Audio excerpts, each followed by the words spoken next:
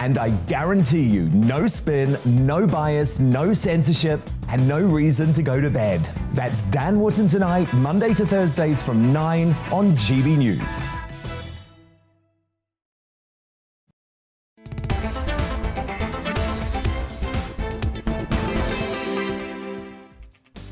Hello, good afternoon and welcome to GB News on TV, online and on digital radio. I'm Nana Akua, and for the next 2 hours, me and my panel will be taking on some of those big topics that are hitting the headlines right now. Now, this show is all about opinion. It's mine, it's theirs, and of course it's yours. We'll be debating, discussing, and at times we will disagree, but no one will be cancelled. So joining me today is former Conservative advisor Claire Pearsall and Deputy Leader of the Reclaim Party, Martin Daubney. Before we get started, let's get your latest news headlines.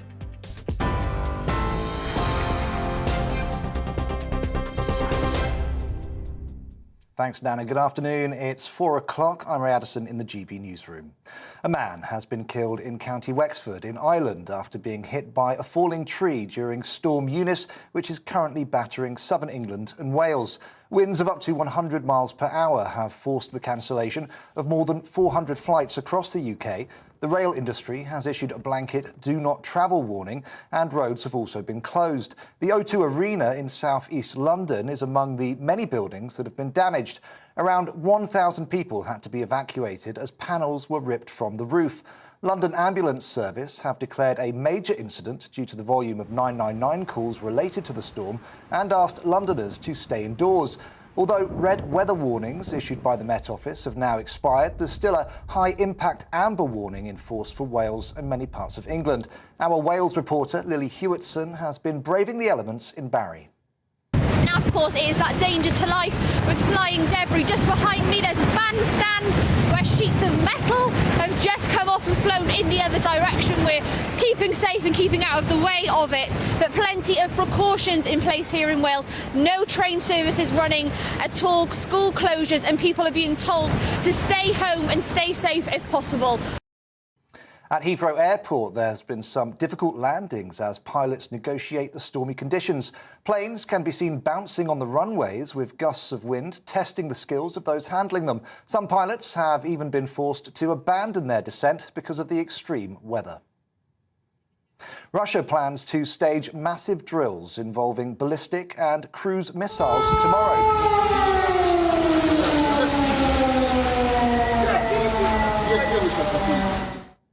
President Vladimir Putin will oversee the nuclear exercise, joined by Belarus's Alexander Lukashenko. The war games come amid heightened tensions with Ukraine, both Moscow and Kiev accusing each other of ceasefire violations. Speaking in Poland earlier, US Defense Secretary Lloyd Austin said there's no evidence to suggest Moscow's moving its forces away from the border. Ironic that what Mr. Putin did not want to see happen was a stronger NATO on his flank. And that's exactly what he will see going forward. Prime Minister Boris Johnson is due to attend the Munich Security Conference this weekend. At today's opening, UN Secretary-General Antonio Guterres said Russia must de-escalate. I still think it will not happen, but if it did, it would be catastrophic. There is no alternative to diplomacy. All issues, including the most intractable, must be addressed through diplomatic frameworks. And it is high time to seriously de-escalate. Hundreds of people have been rescued after a ferry caught fire between Greece and Italy in the early hours of this morning. Coast Guards have confirmed that most of the 290 people on board the Italian-flagged ship were taken to the island of Corfu. Efforts are being made to reach 2 truck drivers who are still stranded on the vessel. The cause of the fire is not yet known. NHS leaders in England are warning free COVID tests and self-isolation must remain in place for the public. A survey of senior staff found 79% disagree with plans to scrap free PCR and lateral flow tests. More than 3/4 also want to keep the legal requirement to self-isolate following a positive result. The Prime Minister is expected to announce a Living with COVID plan on Monday. The International Olympic Committee has launched a scathing attack on the team behind the 15-year-old figure skater at the centre of a drugs probe. IOC President Thomas Bach says he's disturbed by the chilling attitude of Kamila Valieva's coaches. The Russian teenager fell twice in the women's free skate final at the Beijing Winter Olympics, slumping from first place to fourth. Great Britain have been stripped of their silver medal in the men's 4x100-metre relay at the 2020 Tokyo Olympics. It's after sprinter CJ Uja was found to have committed an anti-doping rule violation by the Court of Arbitration for Sport. A statement issued by the court said Uja did not challenge the decision, but argued he had not knowingly or intentionally doped. OK, this is GB News. We'll bring you more news as it happens. Now let's return to Nana Akua.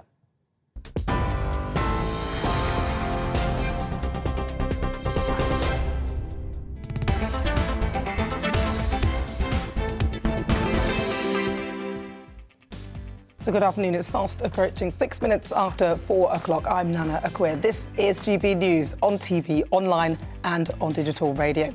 So here's what's coming up on the show today. Millions of us have been told to stay at home as one of the worst storms in decades hits the UK. A red weather warning is covering parts of London, the south coast and the southeast and the east of England. And we've got reporters across the UK bringing you the latest. The Great British Debate this hour, I'm asking, would you do the job of an MP? A YouGov poll suggests that over 20% of the UK population would not want to do the job. That falls to just 13% when it comes to being Prime Minister. So is the job of an MP not an attractive one? And of course, each Friday at 5, we put a spotlight on a particular guest or a subject matter that is of interest. And today, of course, in my Friday Focus feature, there's a big week for this public inquiry that's been looking into the wrongful convictions of hundreds of postmasters. Now, more than 700 sub-postmasters were wrongly accused of theft, fraud and false accounting due to a flaw in the computer system Horizon. I'll be speaking to one of the victims and getting reaction to the inquiry from the author of The Great Post Office Scandal, Nick Wallace. Tell me what you think on everything we're discussing. You can email gbviews@gbnews.uk or why not tweet me at gbnews. And you can also subscribe to our YouTube channel. We're at GB News.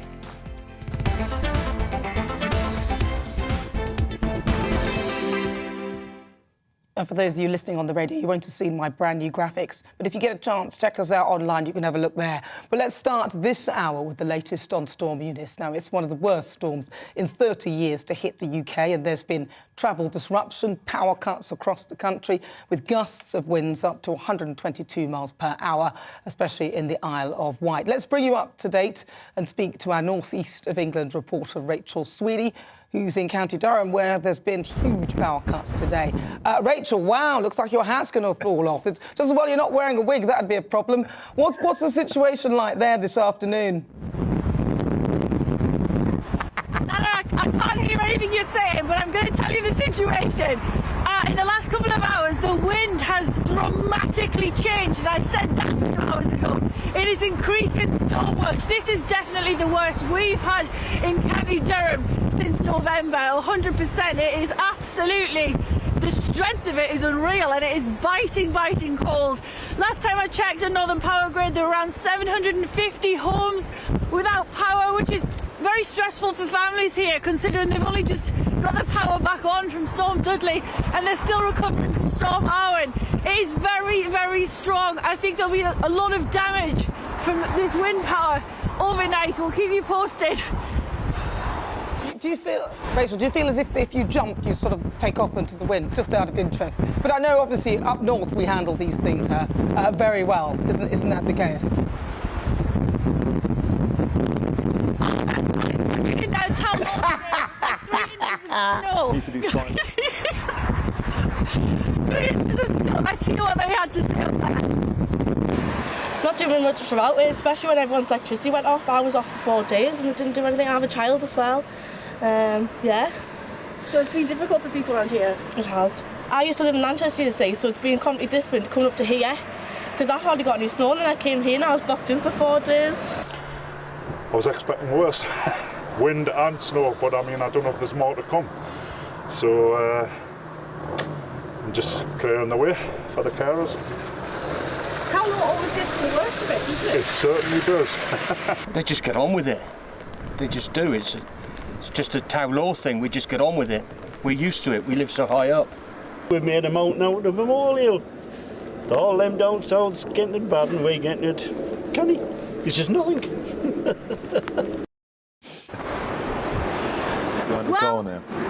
Well, I've got to disagree with that chap at the end there. This is definitely more than nothing. Earlier today, it seemed really nice. It was almost picturesque, quite Christmas card-like. But it is getting worse and worse. The advice is to stay at home if you can avoid it. There are cancellations at the airport. There are cancellations on the rail lines. Roads are blocked. Definitely, if you're not a TV reporter, stay at home. Exactly, I hear you. If you're not being paid, stay at home. Thank you very much, Rachel. That's Rachel Sweeney. She's our news north of East of England reporter. Well, she'll keep us updated as long as the others with the weather as it happens.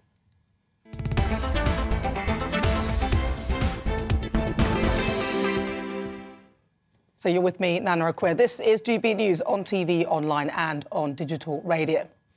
Now, today I was pretty confused to learn that the UK's largest teaching union, the National Education Union, or NEU, has criticised new government guidance designed to ensure political impartiality in the classroom.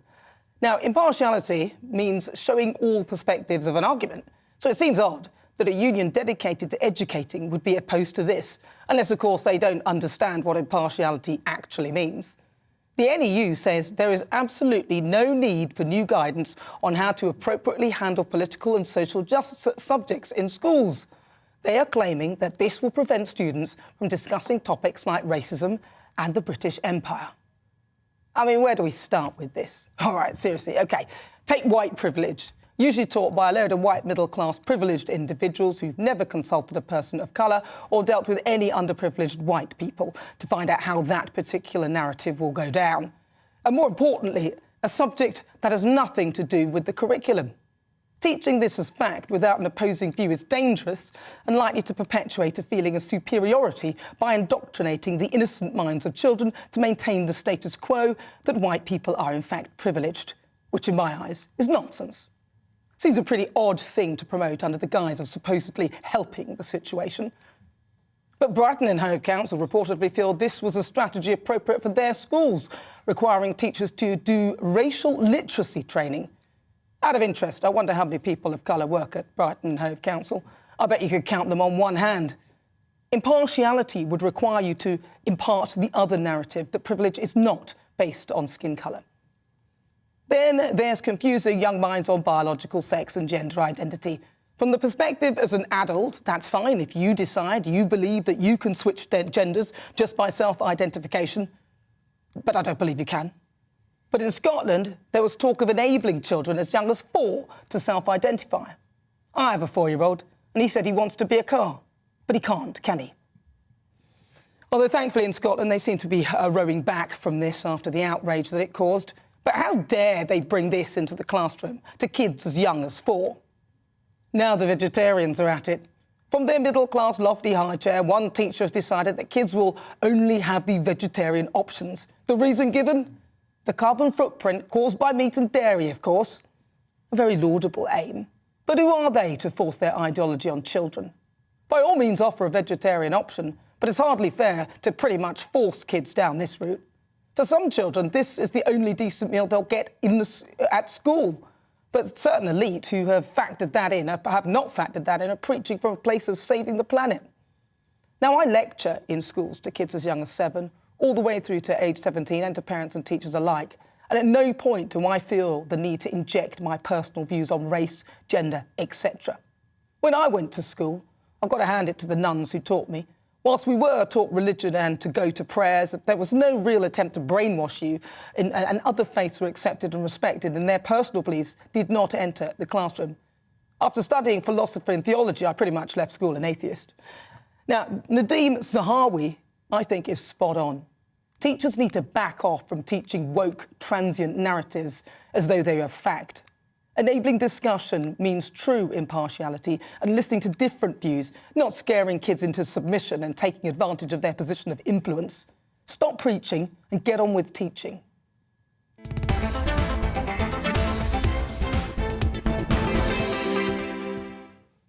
So I've got to say a big welcome again to my panel, Deputy Leader of the Reclaim Party, Martin Daubney. What a speech. And former Conservative advisor, Claire Pearsall. Right, so first, all right, well, I'll start with you, Martin, seeing as there was a little round of applause. Yeah. Always like to start on high. So what do you think? No, absolutely spot on. I mean, we have crossed that bridge, I think, between education and indoctrination. The NEU has been a disgrace for ages. I think COVID has really exposed it. They've weaponised masks, they've weaponised vaccines against the government. We know that they are pushing things forward like critical race theory as fact, teaching kids as young as 5 that white kids, that they're racist. You're absolutely right. It's music to my ears to hear you speaking out for underprivileged white kids who are at the bottom of education and have been for 20 straight years. Very unfashionable cause, but it is true. And as for gender, teaching trans ideology in school, I think we have to stamp it out. I think we've tolerated this for long enough. We've all been scared of being called transphobes, of being cancelled and shoved in a corner. But this rot has to stop. You know, I think we are endangering young people's minds, and it's time to kick the politics out of the classroom on all fronts. Yeah, I mean, I think you're right. And we were highlighting the fact of your 4-year-old. When my son was younger, he wanted to be anything from sort of Buzz Lightyear to Batman to a cat, you name it. So, you know, I don't think you can look at the self-identity and take it seriously at that age. They need to just learn who they are as a person as it is. They need to go and play. They need to go and learn how to read and write. Surely that's more important at age 4, learning how to get into a classroom, learning how to be with your peers and get on with people. That's what they should be learning. Now, I'm all for politics in the classroom, but you do have to look at it from all sides. And I'm always happy to go and have a debate with anybody on politics. It doesn't matter which party they're from. Martin, I will obviously still talk to you.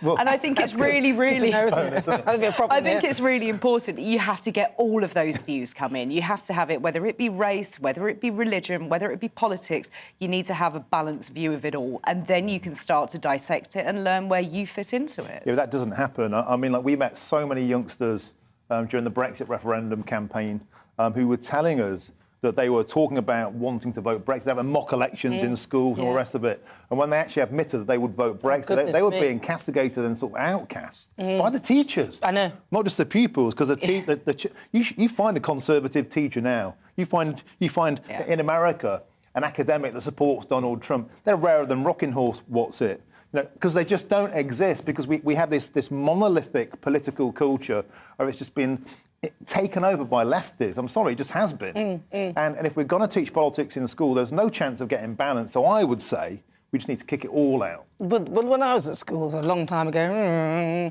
when I was at school, this wasn't an issue because you may have been taught about politics, but I don't even remember them, you know, saying what view the Labour Party would have, what view a Conservative person would have, what view...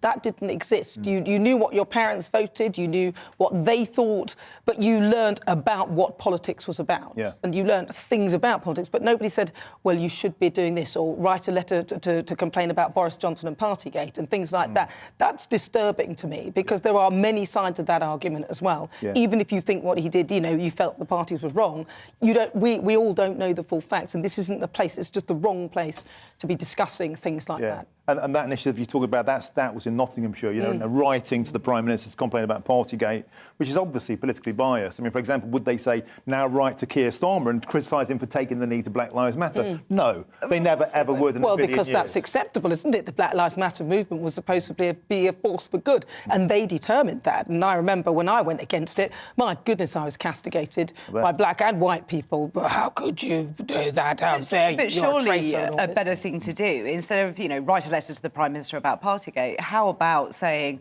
what would you do if you were in number 10? If we're going to have a larger conversation about politics, you know, say to them, right, if you're Prime Minister for the day, what would you do? Because I'm sure that would give you a much more better look into what people think. And the problem, I think now, is that schools are becoming not finishing schools for socialism, but actually sort of training schools, like nurturing ponds, where they learn this is the only way. And I think that's just unhealthy. We need balance, but you're not going to get it. Well, I was very concerned because when my daughter came back and started talking to me about how great Black Lives Matter were and everything else like that, and we did have a conversation, because me and my daughter do have long conversations about things, and I was actually quite annoyed.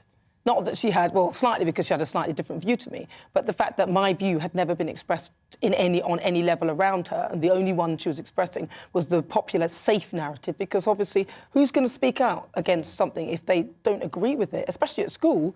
You're not going to say anything, are you? You want to fit in with your friends, so you are going to agree, especially when you're a girl. And I went to an all-girls school, and you would always fit in with what your friends were saying. You didn't want to stand out at that age, so you left it alone. And I don't think that's healthy either, but I don't think you'll change that overnight. No, school is not the place to be doing that sort of thing. But if you've just tuned in, what do you think? You're with me, I'm Nana Akua. This is GB News on TV, online and on digital radio. Still to come, it's time for the Great British Debate this hour.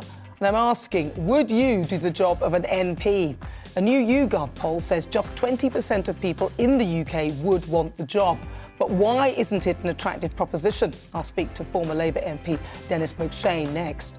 Send us an email, gbviews@gbnews.uk. Tell me what you think. You can also tweet at GB News. We've got a poll up right now asking, would you do the job of an MP? Cast your vote now, but first let's have a quick update with the weather as we continue to see the effects of the biggest storm in 30 years here in the UK. Hello again, I'm Aidan McGivern. Storm Eunice is battering the UK as we speak, with dangerous and damaging winds for the southern half of the country in particular. The winds do ease later, but take some time to come through overnight.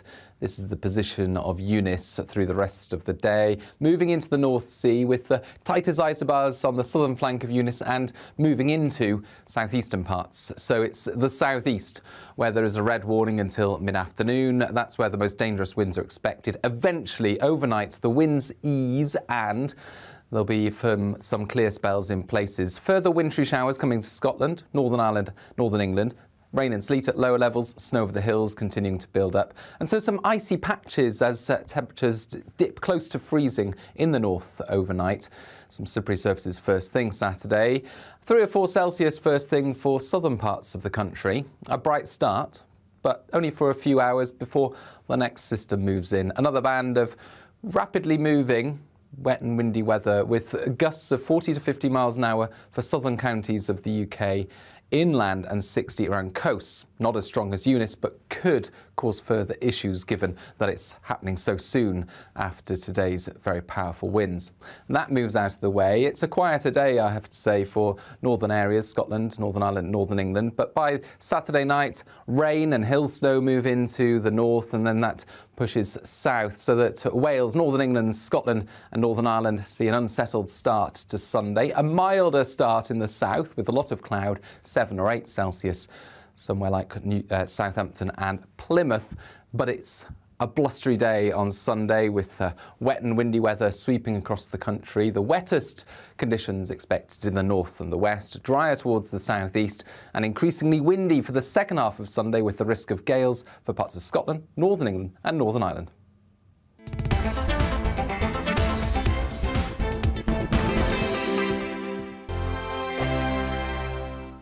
GB News is the UK's home of discussion and debate from all perspectives. To stay up to date on the latest stories, make sure that you subscribe to the GB News channel right here on YouTube. You can watch us live 24/7 across the whole world. You can also check out exclusive content and catch up on previous episodes of your favourite shows. Every day, we ask the questions that you'd ask, so why not add your voice to the conversation in the comments section? Don't forget to subscribe. We are GB News, Britain's news channel. Every night at 11 on GB News, we bring you the next day's stories the day before. It's basically like time travel. If it's a big story, we'll cover it, guaranteed. But we'll also have some fun along the way. Big opinions, big laughs. Sometimes big hair. This is Headliners, the paper review show that won't send you to sleep like the others will. 11 p.m, 7 nights a week. Join us.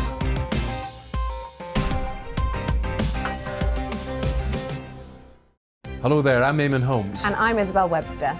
And we hope you can join us for Breakfast with Eamon and Isabel. You make me laugh out loud, belly laugh. Is that important first thing in the morning? Yeah, absolutely. And there's me trying to be deadly serious. News is a serious business. Yeah, I have to rein you in sometimes. Well, it doesn't stop us laughing at it. It doesn't stop us having an opinion on what's going on. Yeah. And it certainly will not stop us reflecting what you think. Weekdays from 6 to 9:30 on GB News. I'm Dan Wootton. Join me Monday to Thursday from 9 to 11 for the feistiest and most fun news debate on TV, where free speech reigns. I'll bring you a sharp take on the day's biggest stories, bombshell newsmaker interviews, and A-list guests. And I guarantee you, no spin, no bias, no censorship, and no reason to go to bed. That's Dan Wootton tonight, Monday to Thursdays from 9 on GB News.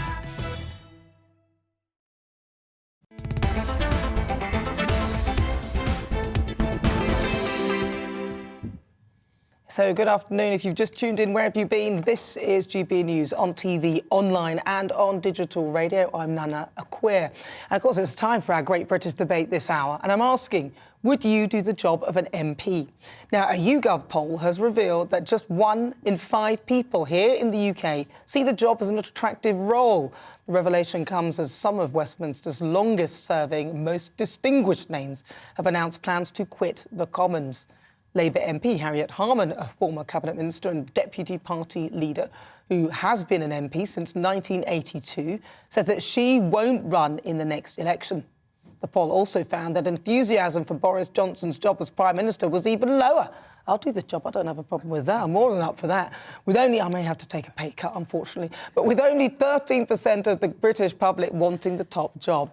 So for my Great British Debate this hour, I'm asking, would you do the job of an MP?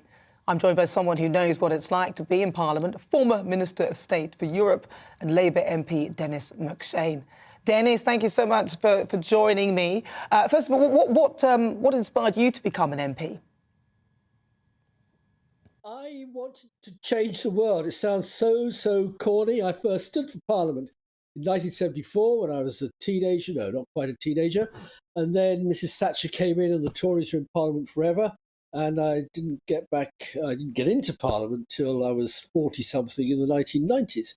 And we did change quite a lot of things, but I don't think it's much fun now. I'll tell you a little story, Nana, if I may. I went to 2 funerals recently. One of David Amess, the man who was murdered by an Islamist in his constituency office, just like Joe Cox was murdered by a right-wing anti-European back in 2016.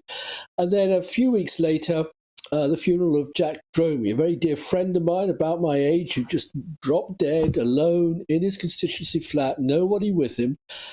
And I thought, as I looked at all the MPs leaving Westminster Cathedral and St Margaret's Church in Westminster, how tired they look and down at heel and a bit miserable, and ministers, Labour guys, Tory guys, Lib Dems. And I just thought, this job, it used to be great fun. It can't be any fun at all now.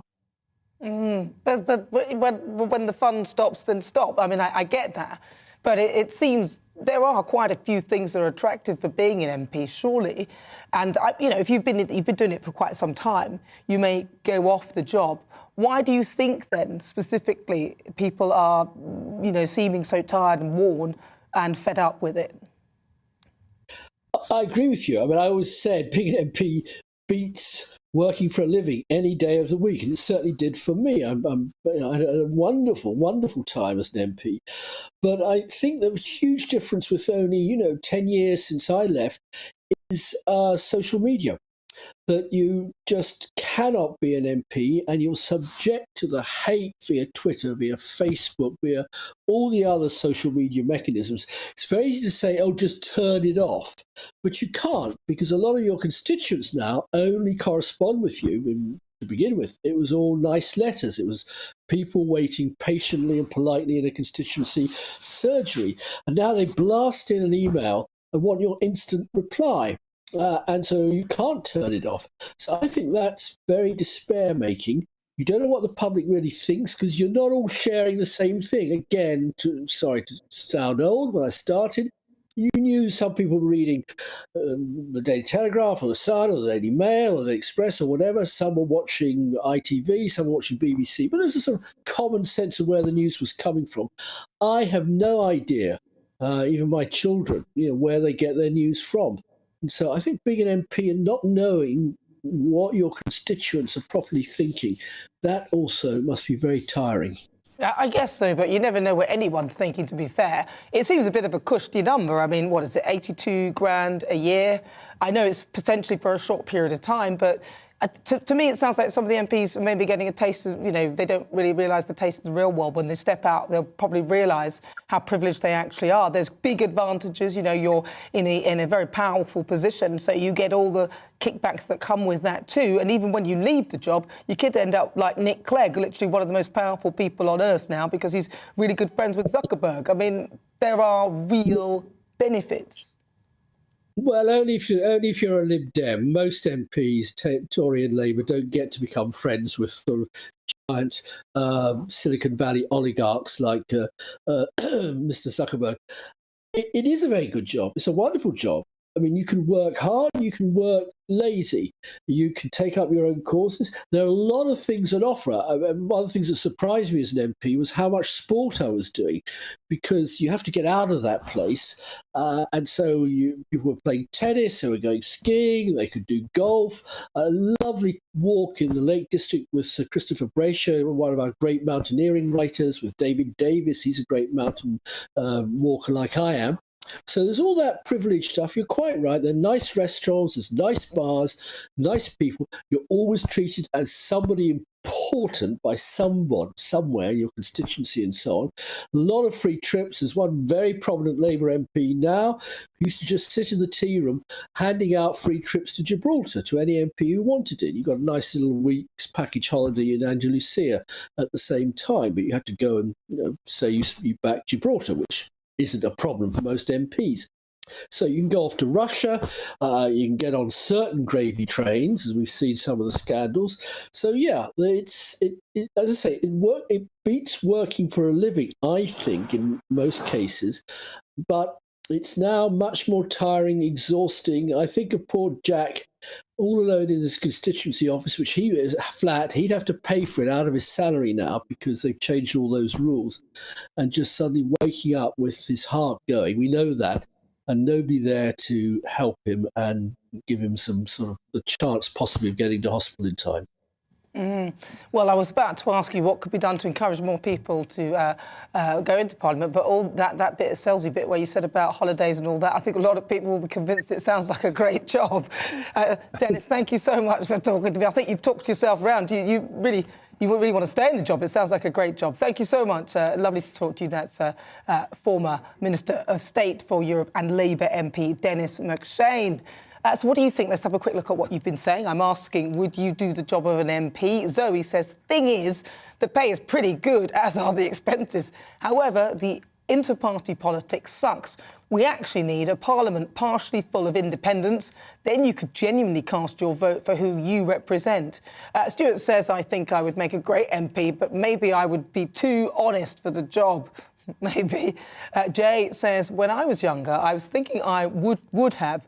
Not so sure now, especially with the constant 24/7 media age. That is a point that Dennis made as well. You're with me, I'm Nana Akua. This is GB News on TV, online and on digital radio. Still to come, we'll continue the Great British Debate this hour, with a YouGov poll suggesting just 20% of people in the UK would like to be an MP. I'm asking, would you do the job? You'll hear the thoughts of my panel, former Conservative advisor Claire Pearsall and Deputy Leader of the Reclaim Party, Martin Daubney. First, let's get your latest news headlines as Storm Eunice continues to batter parts of the UK.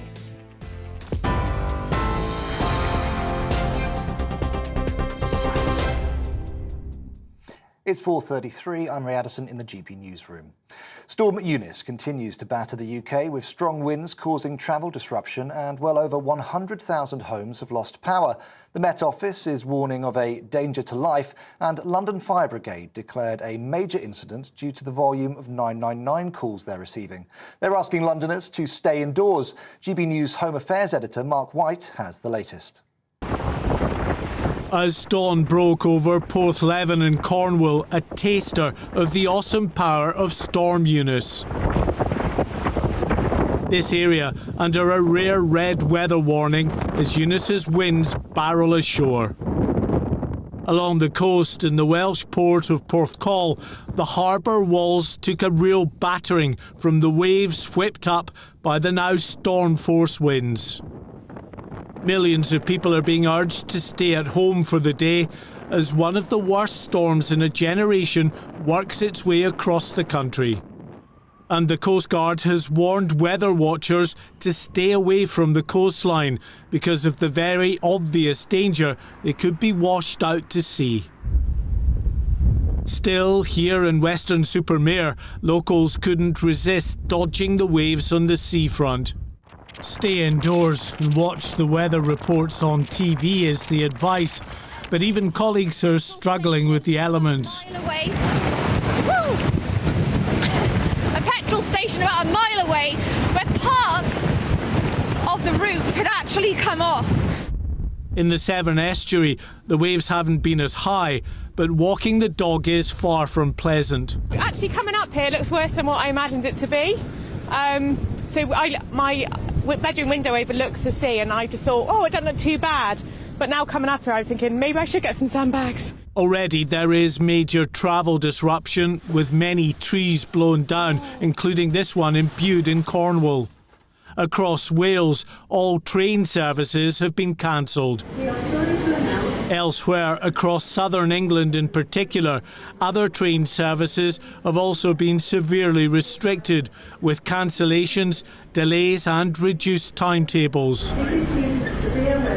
South Eastern Railways says it's working to rescue passengers stranded on a train between Tunbridge and Sevenoaks.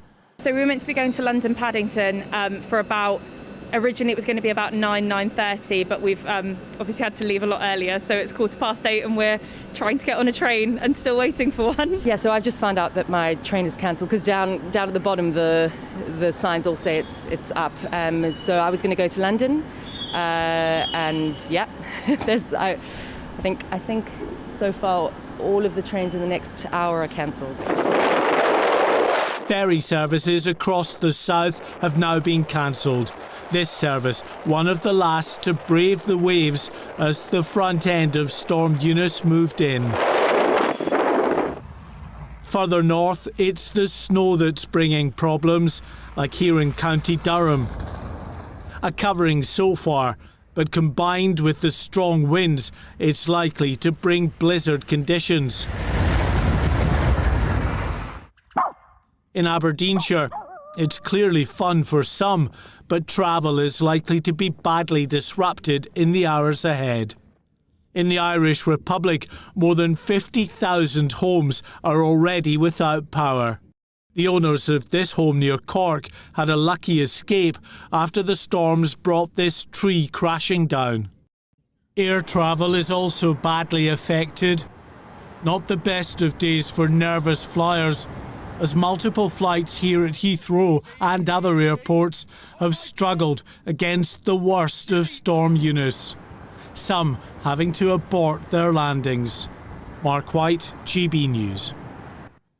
And we'll have all the latest on Storm Eunice at the top of the hour. OK, on TV, online and on DAB+ radio, this is GB News. Don't go anywhere. Nana Akua will be back in a moment.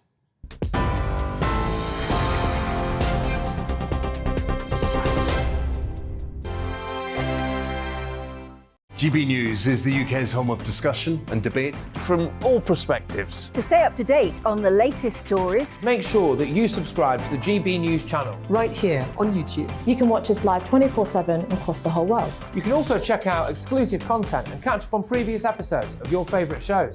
Every day, we ask the questions that you'd ask, so why not add your voice to the conversation in the comments section? Don't forget to subscribe. We are GB News, Britain's news channel. Every night at 11 on GB News, we bring you the next day's stories the day before. It's basically like time travel. If it's a big story, we'll cover it, guaranteed. But we'll also have some fun along the way. Big opinions, big laughs. Sometimes big hair. This is Headliners, the paper review show that won't send you to sleep like the others will. 11 p.m, 7 nights a week. Join us.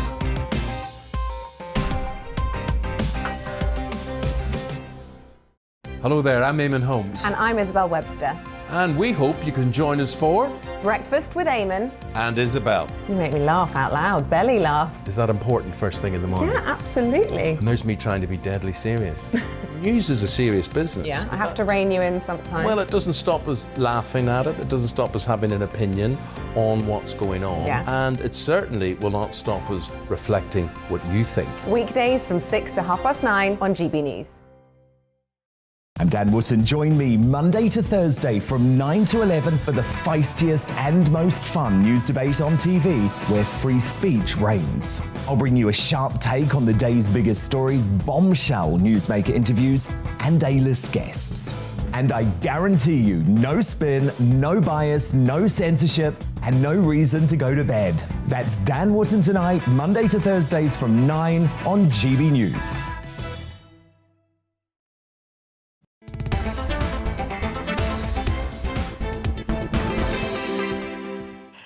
Good afternoon. It's fast approaching 41 minutes after 4 o'clock. I'm Nana Akua. This is GB News on TV, online and on digital radio. You can also watch us live on YouTube, where you can subscribe to us now and help us reach our 500,000 people subscribers. Right, so let's talk about it. We're back to our Great British Debate this hour. And I'm asking, would you do the job of an MP? Now, a YouGov poll has revealed that just 1 in 5 people, which I actually think is quite high, would want to become an MP. Some questions over the attractiveness of the role have been raised as some of the Westminster's long-serving, most distinguished names have announced plans to quit the Commons. So for my Great British Debate this hour, I'm asking, would you do the job of an MP? So let's see what my panel make of that. I'm joined by former Conservative advisor Claire Pearsall and Deputy Leader of the Reclaim Party, Martin Daubeny. Martin, I'm going to start with you because you've tried twice, you've failed twice to become an MP. Watagwan. Well, I tried a third time and I succeeded. Yes. As an MEP in the Brexit vote in 2019. I think there's just a huge disconnect. Your previous guest there, the former Labour MP, absolutely summed it up without even realising when he said it's better than working. And you get lots of free trips. So, oh my God, I felt like chewing this desk. Well, that's why, because I said he's selling the job. He's selling it pretty much. But the point is, back in the day, I think politicians, MPs were seen as tools, enablers of democracy. And I'm afraid to mention Brexit again. But during the Brexit referendum after 2016 and before, they became obstacles, they became barriers, they became people who knew better than the public. And there's a huge disconnect. 75% of MPs voted to remain versus 52% of the public who voted to leave. And so we saw Parliament trying to derail the biggest act of democracy in British history. And since then, it's been calamity. I campaigned twice since then. The first time in the general election, there was such hostility on doorsteps for people who'd voted for Brexit, because they didn't care who I was. I was somebody who represented a political class that they were sick to the back teeth of. So I think it's a fundamental collapse in respect for the profession. I mean, I've been a journalist for 27 years, hardly popular. Now I'm a politician, hardly popular. I think I could only be less popular if I was a parking warden. And I think that's where we're at. Or an estate agent. Yeah, no, I do think you're right. And I think a lot of the problems come with social media and 24-hour rolling news. Everybody now has an opinion on absolutely everything. And as we've seen with the COVID debate, everybody became a virologist, everybody became, a sage professor, everybody became a politician. And you get that. And it's fine for people to want to come into a debate. It's fine for people to have an opinion on a member of parliament. But it isn't all free trips. It isn't, oh, it's a great salary, lots of time off. It's a good laugh. It really isn't. It is incredibly hard work. I've been in Parliament now for nearly 18 years, working with different members of Parliament across that time. It is an incredibly lonely profession. It is hard work. You cannot please everybody. But it's not that badly paid. I mean, they're whinging about 82 grand, and I'm thinking, you really have lost the plot if you can't connect. They do. Well, I've heard quite a few of them don't complain about. But the ones that you hear, people even having the nerve to complain about it, which I find unbelievable, when they should think of the backdrop that they're complaining in. Absolutely, but I don't think that's the majority of them. Well, but Martin makes a good point, and I mean, he was talking about the whole Brexit thing, and I think think one of the real disconnects was the fact that MPs seemed to supersede the reason why people had voted them in, which was to represent their views. And they decided to do what the old teachers, that some of the teachers seem to be doing, which is projecting their views on and voting almost as an individual instead of representing their constituencies. I think a huge problem here is the fact that we just don't see enough politicians who come from working class backgrounds or even people who've done ordinary jobs. I mean, he was like, kept saying it's better than working. It's like, oh my God. It's like what we need it's like a reset. And we did see that actually when I interviewed about 300 people for the Brexit Party as potential candidates for the 2019 election. And some of the most switched on, intelligent, articulate people were cab drivers, housewives, people who'd learned self-taught politics, who actually understood the price of a pound note, you know, paying their rent, struggling. They understood life. And those people are sadly missing from the political class. And we need to bring more real people into politics and less straight from university into work experience, into Westminster and spat out the end like a sausage machine. They don't understand the real world. And so we just need, I think, more ordinary people who understand the real world, as opposed to this entitled, divorced, removed political class. Do you think... You've also got to look at the people that put themselves forward to become MPs in the first place. And I think you're right, we do need people from very different backgrounds, and some of the most intelligent people that I have interviewed have not been the Cambridge graduates. They have been people who have pulled themselves up, they've left school with GCSEs and A-levels, and that's it. And then they've gone out into the world of work, and they are the kind of people that I would like to employ. But on the flip side of it, they don't always want to put themselves forward. Yeah. And we have the same problem with local government. I'm a district councillor.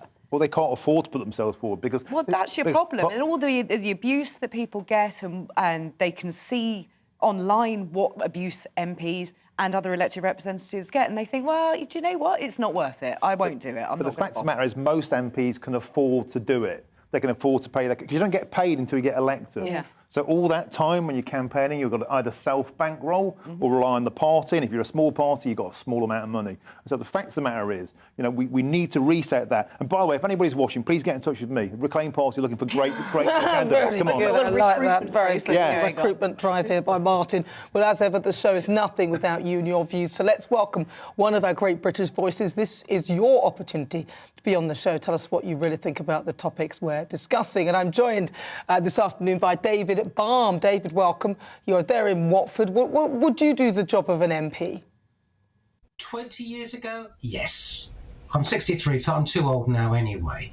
But also the whole idea of being open to abuse on social media would terrify me, because I had no idea what I said 10 years ago. And everyone would just be out for ridicule, so probably not at the moment. An MP, and do you think that actually they've got quite a good package, though, haven't they? Good money, you've got expenses. Does that not draw you in? For those who are in it because they want to serve the community, it's a great package. For those who are in it just for the ego, probably not. They want more. They think they're worth far more. And if you're going to stand for Parliament, you should be standing because you want to support your community and understand what they want and act on their behalf. You're representing them. So you've got to give yourself 24/7 as a Member of Parliament. David, thank you so much for your thoughts. I'm sure many share those same views. You're with me. I'm Nana Akua. This is GB News on TV, online and on digital radio. So that's what David thought. He thought kind of almost an agreement with us, wasn't he? Yeah, I mean, a lot of people complain about the social media side of things, and it is true, you get a huge amount of stick. But just remember this, you can switch off Twitter. You don't have to have a Twitter account if you want to be an MP. In actual fact, when you fight election campaigns, voters aren't really, I mean, voters don't spend their time on Twitter. They're mainly on Facebook. Journalists and angry people are on Twitter. You don't have to have a Twitter account. No, but you do get it by email as well. And I found that recently because I've spoken out about the Prime Minister and was on some, different media appearances that I've made.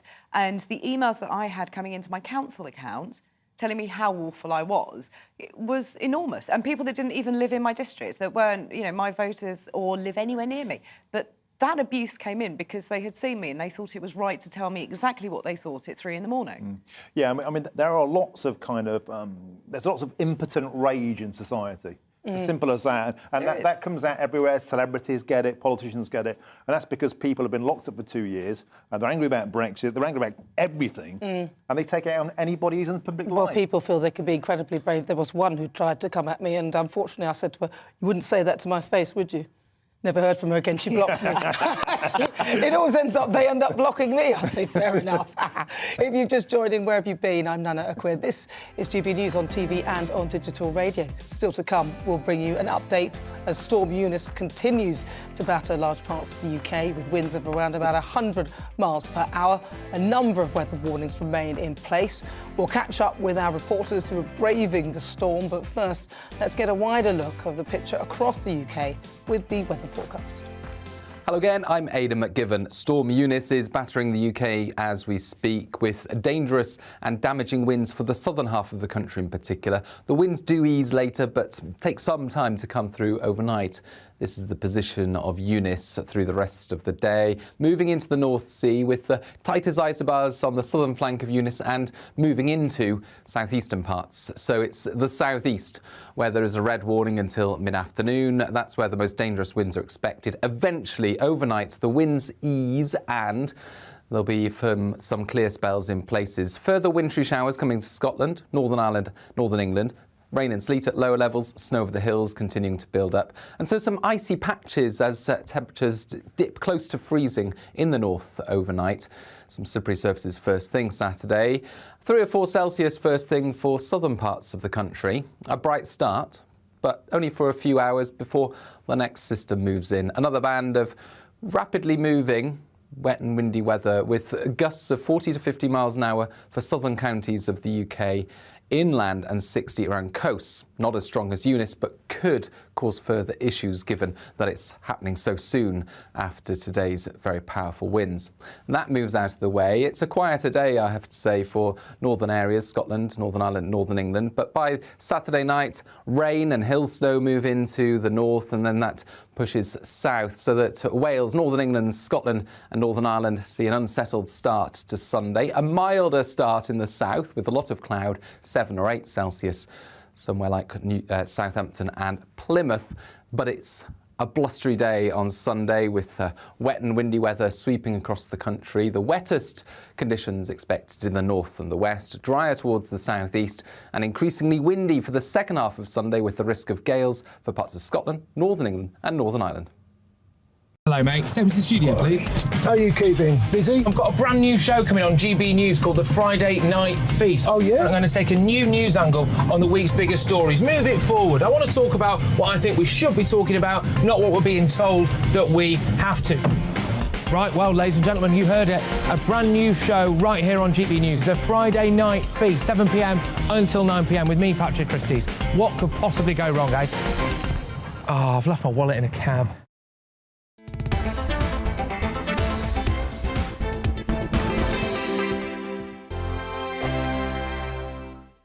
GB News is the UK's home of discussion and debate From all perspectives. To stay up to date on the latest stories, Make sure that you subscribe to the GB News channel. Right here on YouTube. You can watch us live 24/7 across the whole world. You can also check out exclusive content and catch up on previous episodes of your favourite shows. Every day, we ask the questions that you'd ask, so why not add your voice to the conversation in the comments section? Don't forget to subscribe. We are GB News, Britain's news channel. Every night at 11 on GB News, we bring you the next day's stories the day before. It's basically like time travel. If it's a big story, we'll cover it, guaranteed. But we'll also have some fun along the way. Big opinions, big laughs. Sometimes big hair. This is Headliners, the paper review show that won't send you to sleep like the others will. 11 p.m, 7 nights a week. Join us.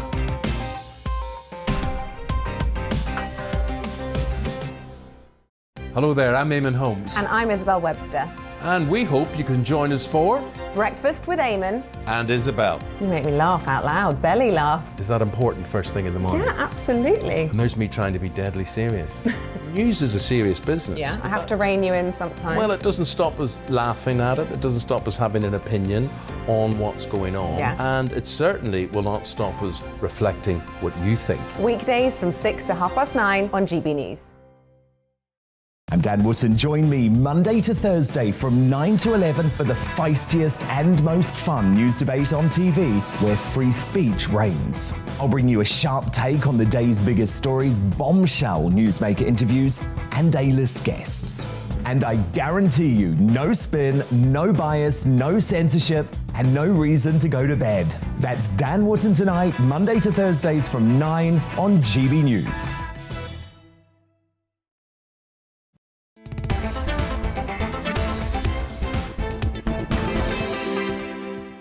This is GB News on TV, online and on digital radio. I'm Nana Akua. Now, Storm Eunice, I don't think you could miss her, is causing serious disruption across the country today. Thousands of households are without power, while weather warnings remain in place as well. Now, the Metropolitan Police say that the storm could pose a danger to life, as we're being told to stay at home wherever possible. Well, we've got a team of wind-battered reporters in place to bring you the latest. So joining me are the GB News reporters for the south east of England, Amelia Harper, Northern Ireland, Dougie Beattie, and in Wales, Lily Hewitson. Amelia, let's start with you. What's the situation like there? Well, to sum it up in one word, is exceptionally windy. We are right on the coast here in Southend-on-Sea. We've had that red warning now has been downgraded to an amber warning by the Met Office. That's until 9 p.m. tonight, but still incredibly blustery. We've had huge disruption to power networks. Over 113,000 houses in the east of England lost power today. We've had places like trains over there. That train in the background has been stationary for most of this afternoon, just there as well, where the waves are coming in. And I think it's an important point to note as well. If we look around, we can notice that we are at low tide at the moment. And I think it's worth, when we're in coastal areas like this, to be aware that we could have had a much worse situation than we are at the moment if this had been compounded by high tides. Now, actually, earlier, we have not just seen problems here at the coast, but further inland as well. Central Ambulance Service actually declared a critical incident within the hour. They said that's because the problems from the storm, as well as existing pressures on the ambulance service. In addition to that, a little further up the coastline in Suffolk, the County Council declared a major incident earlier today. They had meetings every couple of hours to assess potential damage. We've had 2 people injured in the region, one seriously as a result of falling trees. Elsewhere in Hertfordshire, further west in the east, if you like, we've had 300 calls to the fire service and also to the county council regarding fallen trees. There's a lot of sand being whipped up at the moment, but Nana, it remains incredibly windy until 9 p.m. tonight. Well, it looks extremely windy there. Dougie, what about you in Northern Ireland? It's a lovely place there. I love it. It's lovely and blustery, but I bet it's pretty bad there. What kind of impact is Eunice having on you guys? Well, welcome to Armagh. This is a city on the borders of Northern Ireland and the Republic of Ireland, and really Northern Ireland got away with a few flurries of snow. We have been waiting on the tail to whip us this morning I spoke to a few of my former colleagues in Cork at about 6:30 this morning, and the storm was making land in Cork. Kerry and Waterford were locked down. Bantry Bay, thank God, held and it didn't flood. The flood defences there did quite well, but the storm really hasn't come round and whipped us at all. There's some snow, but not really too much disruption in Northern Ireland. See, it's unusual to see somebody not sort of hanging onto their hair or their hat. It's good to see that, Dougie. OK, well, let's have a look at in South Wales then, because Wales is a really blustery area in many accounts. Lily, what's it like there? Good afternoon, Nana. Things have calmed down as the day has gone on, obviously, as the weather warnings have kind of decreased from that red alert to the amber. Obviously, we had really high winds earlier on, but the temperature has really dropped. So when those blasts of wind do come, it does feel a little bit more painful. Since that red weather warning ended at midday here down on Barry Island, a couple of people have been kind of bracing the winds and coming down to the island to walk their dogs. fact, I don't know if you can see far in the distance, but we've actually seen 2 people head into the sea to try and have a go at surfing by the looks of it. Not something I would advise at all. Of course, the advice is to stay home at the moment. A total of 40,000 homes in Wales have lost power today, but it seems the majority of those have restored power now. I've had a chat to a couple of people down on the island who decided to brace the winds earlier on today. We've been in the house all morning. We want to get out some fresh air. And they did say the wind was easing this afternoon, so we've come down here. Truly, we're storm chasers. we wanted to see the waves. We wanted to see waves. I just wanted to put photos on. And wind. Yeah. I think we're all storm chasers today. If you're outside today, I think you're not doing it for fun, I would imagine. Yeah, we are. We get to this age, you know, fun is like things like this. That red weather warning came to an end at midday. That amber weather warning will end at 9 p.m. tonight, but we will have to wait until tomorrow morning to see where Wales will be waking up in terms of this storm tomorrow. Well, it looks all nice and calm in Wales there. Well, that's GB News reporters for the southeast of England, Amelia Harper, Northern Ireland, Dougie Beattie, and in Wales, Lily Hewitson. Thank you so much, guys. We'll bring you more updates on Storm Eunice throughout the show.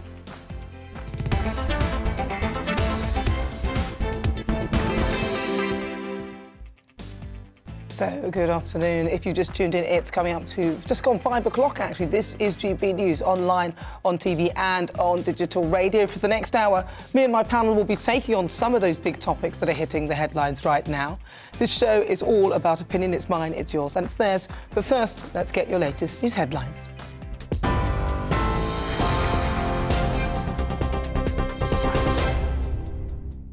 Thanks, Nana. Good afternoon. It's 5 p.m. I'm Ray Addison in the GB newsroom.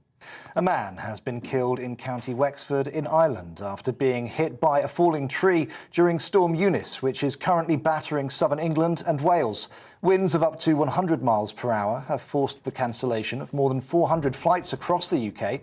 The rail industry has issued a blanket do not travel warning, and roads have also been closed.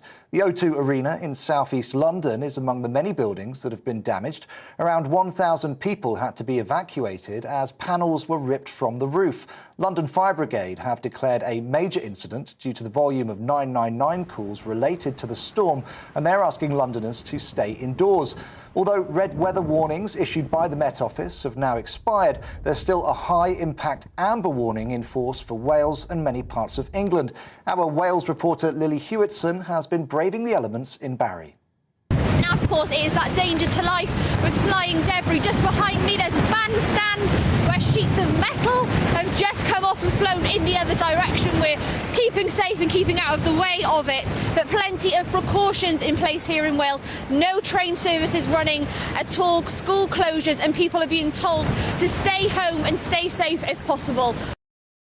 At Heathrow Airport, there has been some difficult landings as pilots negotiate these stormy conditions. Planes can be seen bouncing on the runways with gusts of wind, testing the skills of those handling them. Some pilots have even been forced to abandon their descent because of the extreme weather. Russia plans to stage massive drills involving ballistic and cruise missiles tomorrow. President Vladimir Putin will oversee the nuclear exercise, joined by Belarus's Alexander Lukashenko.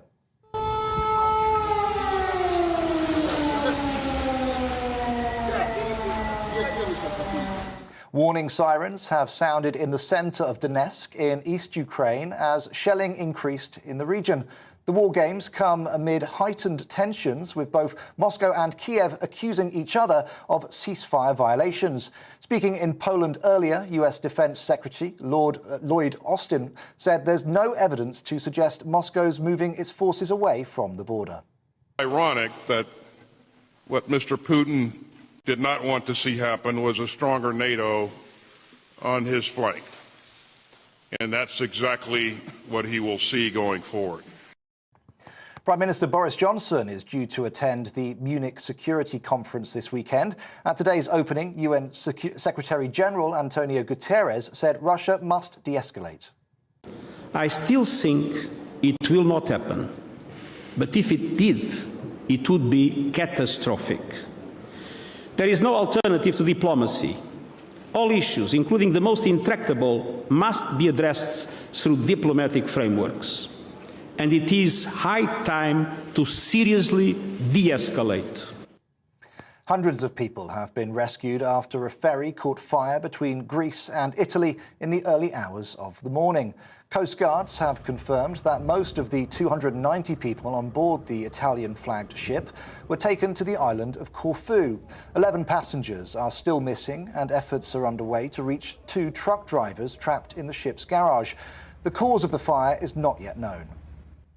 NHS leaders in England are warning free COVID tests and self-isolation must remain in place for the public. A survey of senior staff found 79% disagree with plans to scrap free PCR and lateral flow tests. More than 3/4 also want to keep the legal requirement to self-isolate following a positive result. The Prime Minister is expected to announce a Living with COVID plan on Monday. The International Olympic Committee has launched a scathing attack on the team behind the 15-year-old figure skater at the centre of a drugs probe. IOC President Thomas Bach says he's disturbed by the chilling attitude of Kamila Valieva's coaches. The Russian teenager fell twice in the women's free skate final at the Beijing Winter Olympics, slumping from first place to 4th. And Great Britain have been stripped of their silver medal in the men's 4x100 metre relay at the 2020 Tokyo Olympics. It's after sprinter CJ Uja was found to have committed an anti-doping rule violation by the Court of Arbitration for Sport.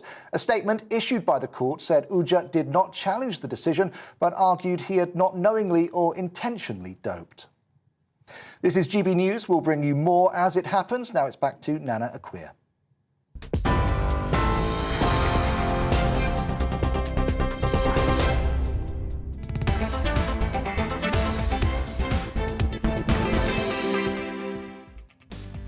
Hello, good afternoon. This is GB News on TV, online and on digital radio. It's just coming up to 6 minutes after 5 o'clock. I'm Nana Akua. Now, this show is all about opinion, mine, theirs and yours. My panel joining me this afternoon, as ever, we've got Deputy Leader of the Reclaim Party, Martin Daubney, and former Conservative advisor, Claire Pearsall. Now, still to come, in a few moments, we'll discuss the public inquiry looking into the wrongful convictions of hundreds of postmasters. More than 700 sub-postmasters were wrongly accused of theft, fraud and false accounting due to a flaw in a computer system called Horizon. I'll be speaking to one of the victims and getting reaction from the inquiry, the author of the Great Post Office Scandal, Nick Wallace. Now, the great British debate this hour, the Supreme Court has ruled that naming suspects before they are charged with an offence would be a breach of their privacy. But lawyers for media organisations have warned that this will effectively end their ability to report on police investigations. But I want to take this further and ask, should defendants be named before conviction? Wouldn't that save the reputation of the accused who are found not guilty? I'll also be asking, should free lateral flow tests be scrapped? We're waiting for an announcement from the government as to whether they will end free COVID-19 testing for millions of people as part of its Living Safely with COVID strategy. So should free lateral flow tests be scrapped? And as you can see, Storm Eunice continues to batter parts of the UK with weather and travel warnings still in place. We'll bring you the latest from across the UK. You can email gbviews@gbnews.uk or tweet me at gbnews.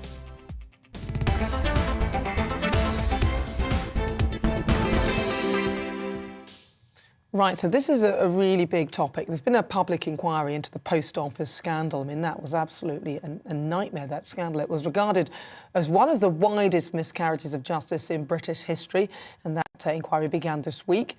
Over 700 sub-postmasters were taken to court for fraud, theft and false accounting after the Horizon IT system caused flaws with money missing in branches across the UK. Now, many sub-postmasters had their lives ruined. Some were even jailed or took their own lives. And a group of MPs are now calling on the victims to be compensated. So I'm joined by someone who's an expert on this story. Nick Wallace is the author of The Great Post Office Scandal, and he's in the studio with me now. Now, this is, I mean, I've been reading about it. It's horrific.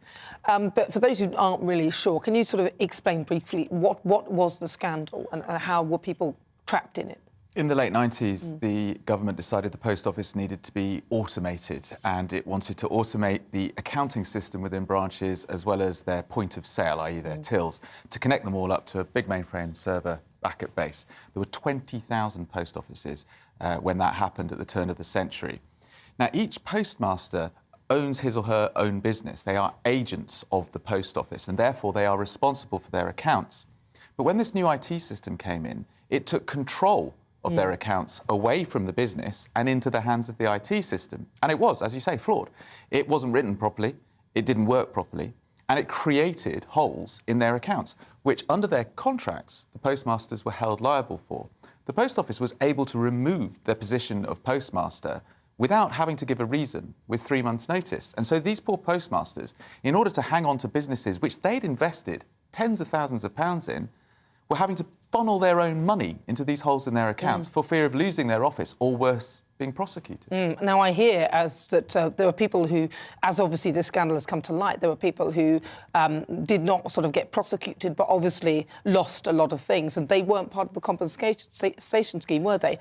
But now the judges are looking into that. Is that right, or it's not? No. It's so complicated and knotty, the compensation issue, and the Base Select Committee report, which came out yesterday, has added an extra layer of complication to it. The people who blew this scandal open were 555 sub-postmasters, some of whom had been convicted, many of whom hadn't, who took the Post Office to the High Court.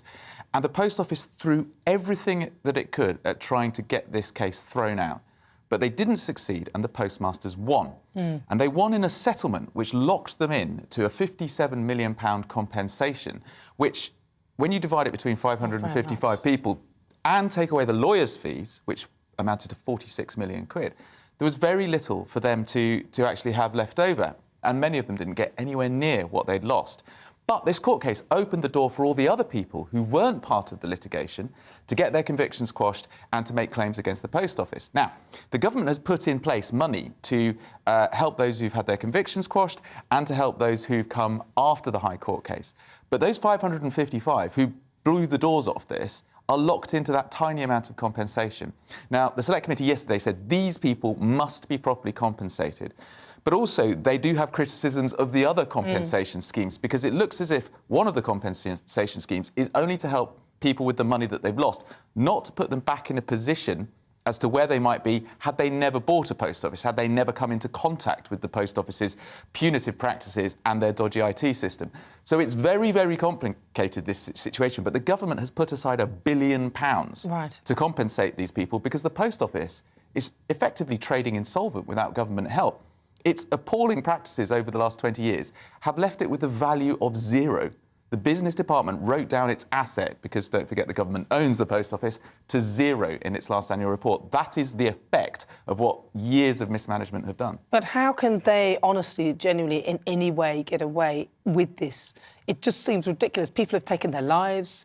People have had their businesses ruined. People have gone to jail. I mean, I was listening to one woman who went to jail for a couple of months and then came out, and obviously she was castigated. She would have had a criminal record, which would have affected her life chances as she moves forward. It's horrendous. Accountability is a crucial part of this, and that's hopefully what the inquiry will start on a path towards. As yet, no one has been censured by name for their role in this scandal. And yet the Post Office, in 2013, when it became aware it was potentially sitting on top of huge miscarriages of justice, covered it up. The head of security at the Post Office, this came out in the Court of Appeal last year, ordered the shredding of documents in relation to Horizon IT problems. That's how serious it was. And so none of the people who are responsible for this have yet been held to account. The statutory inquiry will mean that they can be cross-examined under oath, and therefore we will hopefully start to find out who knew what when. Well, we want to know. Well, I'll tell you what we'll do. Let's have a chat with somebody who actually was involved, in a sense, because she was one of the postmasters there, tried to change. Now, this is awful, because the Post Office tried to charge more than £9,000 for missing cash. Janet Bradbury is one of the 555 postmasters who successfully challenged the Post Office over the Horizon system in the High Court. I mean, this must have been horrendous. Can you start by telling us what happened to you after you joined the Post Office? I bought my office in 2003 and I absolutely loved it. I loved the village, I loved the customers. And then the post office installed an ATM machine. And that was when it all went wrong. It wasn't just 9,000. The first problem was them telling me that I'd put 2,000 into the ATM machine. And when I knew I'd only put £1,000 in. So I had to pay that. And there were several discrepancies. The gentleman that owned the pub in the village, a regular customer, he paid in over £500 one day, came back the next day and said it wasn't in his account. So I had to put that in. And by the time we'd been putting so much in, my husband had to take out £10,000 from his pension pot. So I resigned in 2009 after a Fujitsu engineer came to my office to replace the hard drive yet again. And he was on his last day working for them. And he said, "You can't quote me on this, but they've known all along. They know it loses transactions." And I talked to my husband that evening about it and I said, "This is bigger than me. I can't fight this because I can't prove anything." So I resigned that night, but it took 3 months for the village to find another postmaster. And when I came home to Warwick, both my parents were dying. The post office was still chasing me for that £9,000 you mentioned. And then one morning, and they tell you you're the only one that's having problems, but of course I knew differently from the Fujitsu engineer. And I was getting letters every month to demand this £9,000. And then I saw Lord Arbuthnot on breakfast TV, and I realised there was a group. So I joined the JFSA, and all credit to Alan Bates. Without him, we wouldn't have got anywhere. And the same with Nick with his book. He's been persistent from the start. We couldn't have done without them.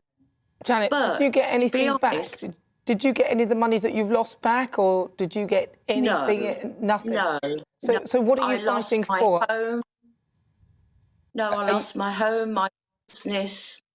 I had to sell the goodwill of the post office for £1 because I wasn't allowed to give it away. Apparently it was worth £10,000, the goodwill. But that's what the post office said. But the gentleman that took it on, he was selling up in a year. So he says, "I don't care, it'll add value to my business." So that's what I did. I left the village, came back home. I joined the JFSA. And after I'd been down to the Citizens' Advice with all my paperwork that I had, they said, "Copy it, send it to the post office and see what happens." And I did that. I didn't hear anything for 6 months. And I thought, this is strange. So I rung them up. It was Womble Dickinson, the post office solicitors. And she said, "Well, we've decided not to pursue you for this." That's unbelievable, and I said, isn't it? "Why? And can you put it in writing?" They never did. She couldn't give me a reason why. So I thought to myself, well, you know then. Well, and also, I mean, look, I'd like to know, I know Mr. Scully's got a job on his hands with all this, but why have the government just paid £1.6 million to a solicitor's firm, given them the contract to 2023 to fight for the post office and the government ministers during the inquiry? Well, listen, Janet, I really hope, Janet, I really hope that something, that you get compensation for this, because it is an absolute disgrace that anyone should be expected to pay for something when it's clearly not your fault. Thank you so much for joining us and for telling us your story. That's Janet Bradbury. She's a Horizon victim. Let's have a quick chat with Nick and find out what... See, that's Janet. She's another person. I mean, she's thanked you for your book as well. Tell us a little bit about the book in itself and what you're hoping to achieve now? Well, I mean, I wanted to write a definitive account of this scandal, which is why I spent most of last year writing the book. As soon as the convictions were quashed at the Court of Appeal, there was at least some kind of closure for some people. But of course, it's opened another can of worms. You've got the statutory inquiry ongoing at the moment, and you've got people like Janet who lost their homes, lost their livelihoods, lost their reputation, and many of them lost their mental health as well. Don't forget that the stress and fear of being pursued for money that have come out of errors that you're not responsible for, you losing your reputation and standing within a community.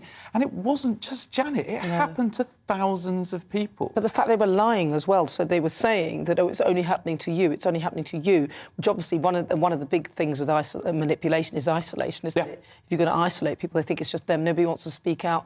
Well, you start to doubt your own mind as well. Well, it's a bit embarrassing as well, isn't it, that you're stealing. It would seem that you're a thief, you know, and no one wants to be accused of that. And you do start to doubt, oh, have I taken it? Did I get it wrong? Well, this is the thing with people who take on post offices have to have a proper business plan and have to be very competent people, and usually are very, very, very competent with retail accounting systems and financial systems.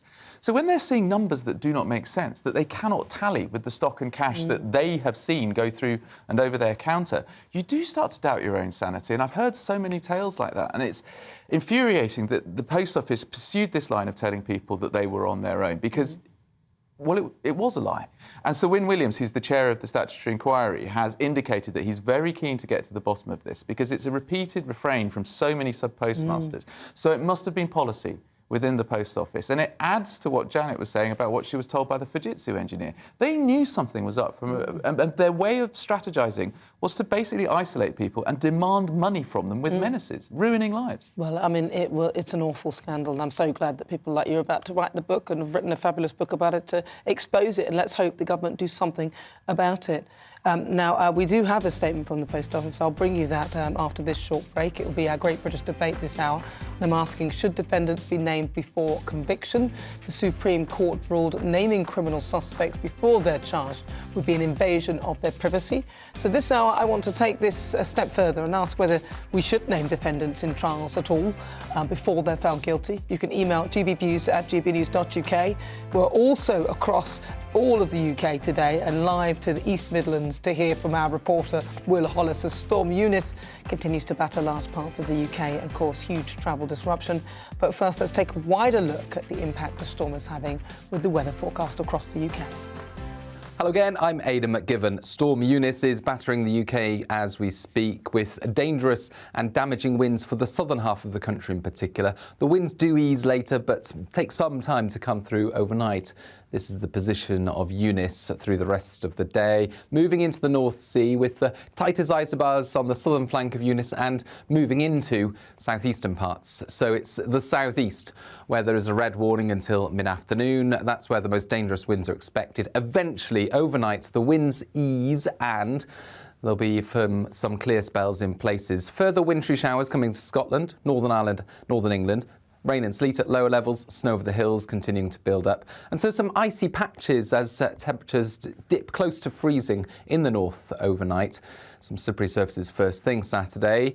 3 or 4 Celsius first thing for southern parts of the country. A bright start, but only for a few hours before the next system moves in. Another band of rapidly moving wet and windy weather with gusts of 40 to 50 miles an hour for southern counties of the UK. Inland and 60 around coasts. Not as strong as Eunice, but could cause further issues given that it's happening so soon after today's very powerful winds. And that moves out of the way. It's a quieter day, I have to say, for northern areas, Scotland, Northern Ireland, Northern England. But by Saturday night, rain and hill snow move into the north, and then that pushes south, so that Wales, Northern England, Scotland and Northern Ireland see an unsettled start to Sunday. A milder start in the south with a lot of cloud, 7 or 8 Celsius, somewhere like Southampton and Plymouth. But it's a blustery day on Sunday with wet and windy weather sweeping across the country. The wettest conditions expected in the north and the west, drier towards the southeast and increasingly windy for the second half of Sunday with the risk of gales for parts of Scotland, Northern England and Northern Ireland.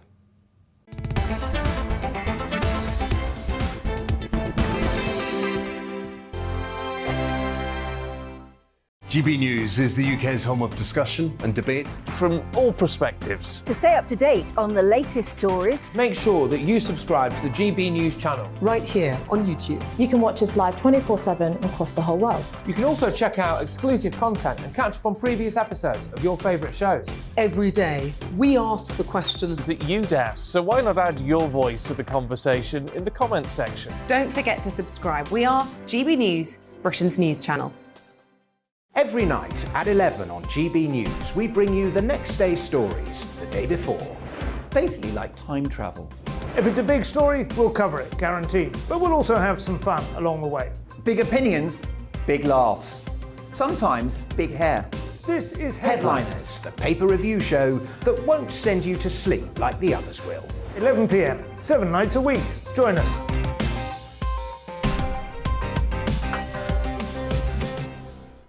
Hello there, I'm Eamon Holmes. And I'm Isabel Webster.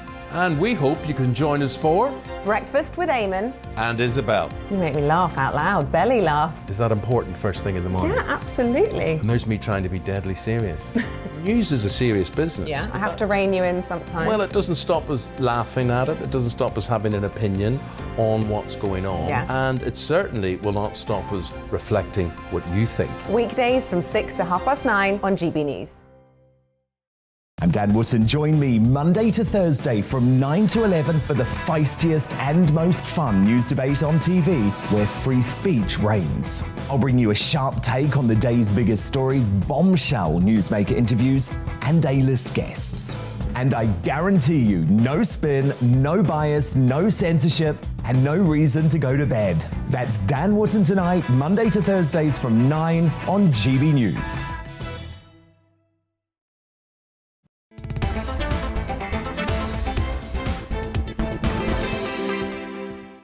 Good afternoon. This is GB News on TV, online and on digital radio. I'm Nana Akua, and in a few moments we'll get stuck into our Great British Debate this hour, where I'm asking, should defendants be named before conviction? Before we do that, we were talking about the Post Office scandal. In a statement, the Post Office said this: "We are acutely aware of the need for all victims to receive compensation as quickly as possible, and we will continue to work with government to do so, carefully considering the Select Committee's report and recommendations." But first, as we've been discussing, Storm Eunice, she's causing a huge disruption across the country. Thousands of households across the UK are without power. There's a large-scale disruption to travel, and even the roof of the O2 Arena in London has been damaged. We've got a team of reporters braving the wind to bring you the latest updates, and we can go live now to our East Midlands reporter, Will Hollis, who's at Nottingham Station. Will, plenty of rail services being cancelled at the moment. How's it going there? Yes, now in the last 5-10 minutes we've heard from East Midlands Rail that some of those London St Pancras intercity routes, the ones to Sheffield, are going to be running again. Now that doesn't mean that it's in any way close to how it should be normally. East Midlands Railway runs about 450 services throughout any sort of normal day, but this isn't obviously a normal day. As you can kind of see down there, people are coming to and fro, still coming in and out of the train station, despite most of the services being cancelled. Like I say, most of the ones from London St Pancras in and out of the East Midlands are completely gone, completely suspended, and there's not much of an expectation for those to be put back on today. We're also hearing that at Matlock Station, part of the roof has been damaged at that train station, so there's a recommendation not to go anywhere near that station, and instead to travel from a different station in Derbyshire if you are somebody that absolutely has to. That recommendation not to travel still in place.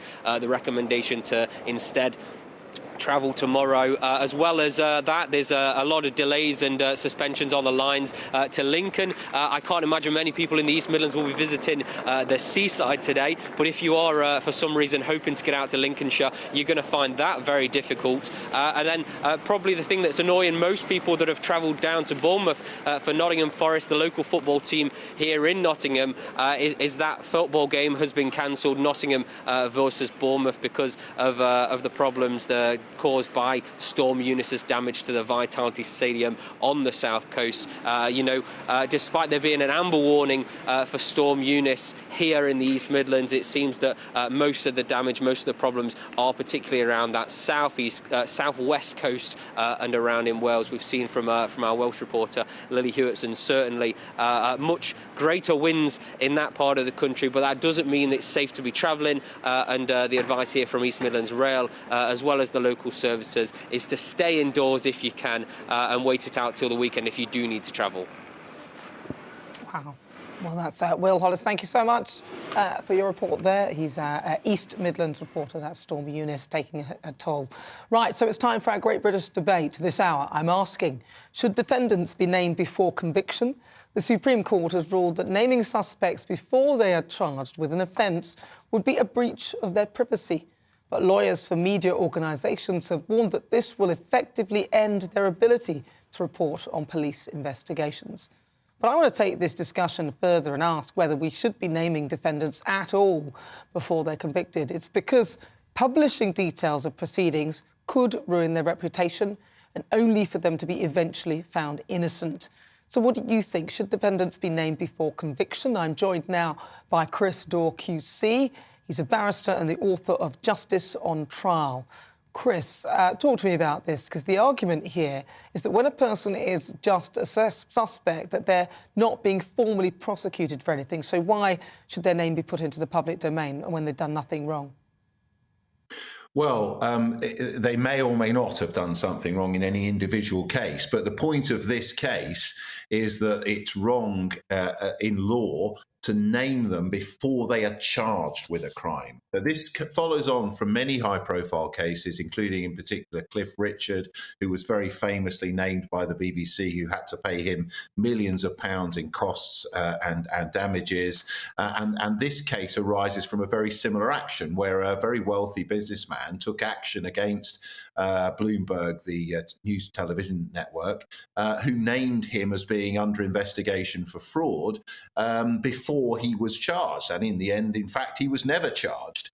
So he took Bloomberg to court, and this has made its way all the way through the various levels of the court system, right up to the UK Supreme Court, who have said very clearly that everybody has the right to privacy before they are charged.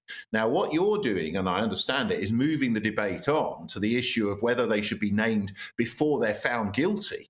Because, of course, at the moment, once someone is charged by the police, that information goes into the public domain and the whole of the case can be played out in the media. Everything that happens in the trial, the names and details, even of witnesses, unless it's a sexual allegation, in which case witnesses have anonymity, but the whole thing is played out in public. So I understand completely there's a discussion to be had around that, but at the moment the law is clear.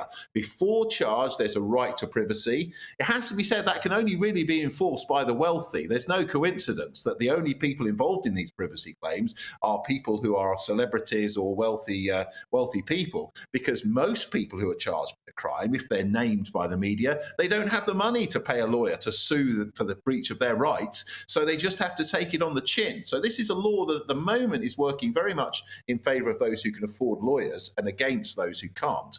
But there is certainly an argument to be had about whether or not anyone should be identified before they're convicted. My view is a clear one. We have an open justice system, and I think the public are entitled to know what goes on in their courts. If you or I want to go and watch a criminal trial, we're allowed to go and sit in the public gallery. We can watch everything that happens. We'll know who's involved.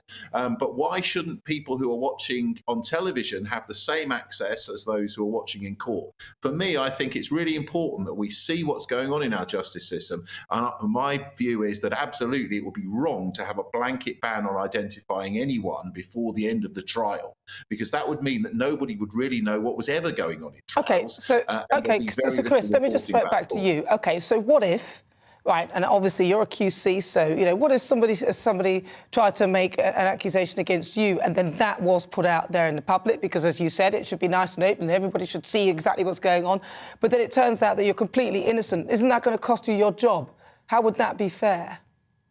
Well, it wouldn't cost me my job in the long run if I were found not guilty at the end of the trial. And barristers have gone on trial. Some have been found guilty and some have been found not guilty. So it wouldn't cost me my job in the long run. It may cause me significant professional and reputational problems, as it does for anyone who's accused of a crime which they didn't commit, and the whole thing is played out in public. But I think it's very difficult to make an argument based on your own personal kind of position, because we all would look to protect ourselves naturally. I just think that we have in our country a long history of open public justice, and I think anything that infringes that without a really good reason is potentially dangerous. So what you're saying is if it were you wouldn't actually want that, but because we have an open system, that it should be that way. I mean, I'm just thinking, if it, I think we do have to put it to ourselves as to whether this is fair, because what if it does cost you that? And thankfully there have been some celebrities who have been accused who have enough money to actually come back at those allegations and prove that those allegations are unfair and unproven and that shouldn't have been out there in the public domain. Won't that also affect outcomes of trials as well, if people's information is put out there at the beginning? Well, it can do, and there are strict contempt of court laws. After someone's been arrested or an investigation has reached certain milestones, then publicity which might prejudice future criminal proceedings is prohibited. And indeed, it's a criminal offence to publicise information which might prejudice criminal proceedings after someone's been arrested. So there are already existing laws that restrict what can be said about a case and limit it to a very significant extent. And whilst a case is going on and before the verdict, there are very significant reporting restrictions on what can be reported, mostly limited to what happens in court. So that the only reporting is the same information that's in front of the jury, which is very different to the American system. In American We're going to have to wrap it up there, Chris, because we have news headlines coming up. But thank you so much for that. Sure. That's Chris Daw. You're welcome. Have a good debate. Thank you very much. I'm Nana Akua. This is GB News on TV, online and on digital radio. Coming up, we'll continue our Great British debate, and I'm asking, should defendants be named before conviction? You'll hear what the thoughts of my panel. Deputy Leader of the Reform Party, Martin Daubney, Reclaim Party even, Martin Daubney, and former Conservative advisor Claire Pearsall.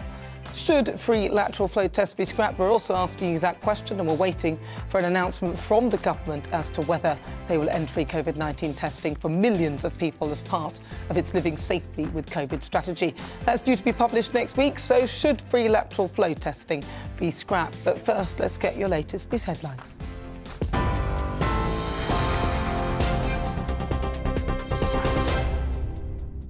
It's 5:36. I'm Ray Addison in the GB newsroom. One person has been killed and a handful of others injured as Storm Eunice brings damage and disruption to the UK and Ireland. Winds of up to 100 miles per hour have uprooted trees and well over 100,000 homes have lost power. The London Fire Brigade has declared a major incident due to the volume of 999 calls they're receiving. They're asking Londoners to stay indoors. GB News Home Affairs editor Mark White has the latest. As dawn broke over Porthleven in Cornwall, a taster of the awesome power of Storm Eunice. This area under a rare red weather warning as Eunice's winds barrel ashore. Along the coast in the Welsh port of Porthcawl, the harbour walls took a real battering from the waves whipped up by the now storm-force winds. Millions of people are being urged to stay at home for the day as one of the worst storms in a generation works its way across the country. And the Coast Guard has warned weather watchers to stay away from the coastline because of the very obvious danger they could be washed out to sea. Still, here in Weston-super-Mare, locals couldn't resist dodging the waves on the seafront. Stay indoors and watch the weather reports on TV is the advice, but even colleagues are struggling with the elements. A petrol station about a mile away where part of the roof had actually come off. In the Severn estuary, the waves haven't been as high, but walking the dog is far from pleasant. Actually coming up here looks worse than what I imagined it to be. My bedroom window overlooks the sea, and I just thought, oh, it doesn't look too bad. But now coming up here, I'm thinking maybe I should get some sandbags. Already there is major travel disruption, with many trees blown down, including this one in Bude in Cornwall. Across Wales, all train services have been cancelled. Elsewhere, across southern England in particular, other train services have also been severely restricted, with cancellations, delays and reduced timetables. South Eastern Railways says it's working to rescue passengers stranded on a train between Tunbridge and Sevenoaks. So we were meant to be going to London Paddington for about, originally it was going to be about 9:30, but we've obviously had to leave a lot earlier, so it's 8:15 and we're trying to get on a train and still waiting for one. Yeah, so I've just found out that my train is cancelled because down at the bottom the signs all say it's up. So I was going to go to London, and yeah, I think so far all of the trains in the next hour are cancelled. Ferry services across the south have now been cancelled. This service, one of the last to brave the waves as the front end of Storm Eunice moved in. Further north, it's the snow that's bringing problems, like here in County Durham. A covering so far, but combined with the strong winds, it's likely to bring blizzard conditions. In Aberdeenshire, it's clearly fun for some, but travel is likely to be badly disrupted in the hours ahead. In the Irish Republic, more than 50,000 homes are already without power. The owners of this home near Cork had a lucky escape after the storms brought this tree crashing down. Air travel is also badly affected. Not the best of days for nervous flyers, as multiple flights here at Heathrow and other airports have struggled against the worst of Storm Eunice, some having to abort their landings. Mark White, GB News. Thank you, Mark. OK, stay with GB News on TV, online and DAB Plus radio for all the latest on Storm Eunice as it happens. Now let's get back to Nana Akua.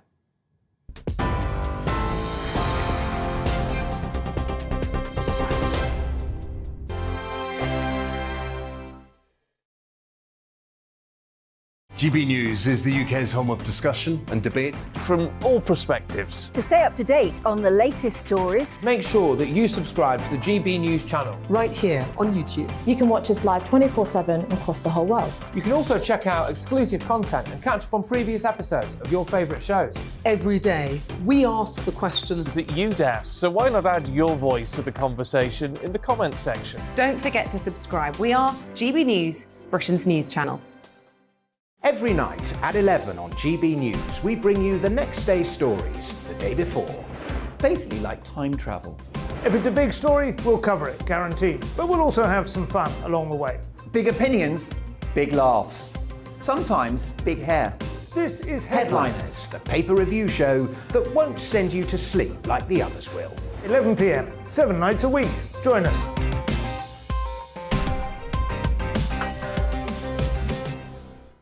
Hello there, I'm Eamon Holmes. And I'm Isabel Webster. And we hope you can join us for Breakfast with Eamon and Isabel. You make me laugh out loud, belly laugh. Is that important first thing in the morning? Yeah, absolutely. And there's me trying to be deadly serious. News is a serious business. Yeah, I have to rein you in sometimes. Well, it doesn't stop us laughing at it. It doesn't stop us having an opinion on what's going on. Yeah. And it certainly will not stop us reflecting what you think. Weekdays from 6 to 9:30 on GB News.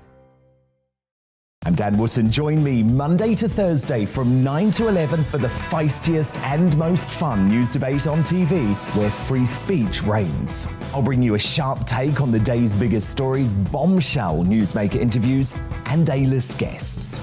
And I guarantee you, no spin, no bias, no censorship, and no reason to go to bed. That's Dan Wootton tonight, Monday to Thursdays from 9 on GB News.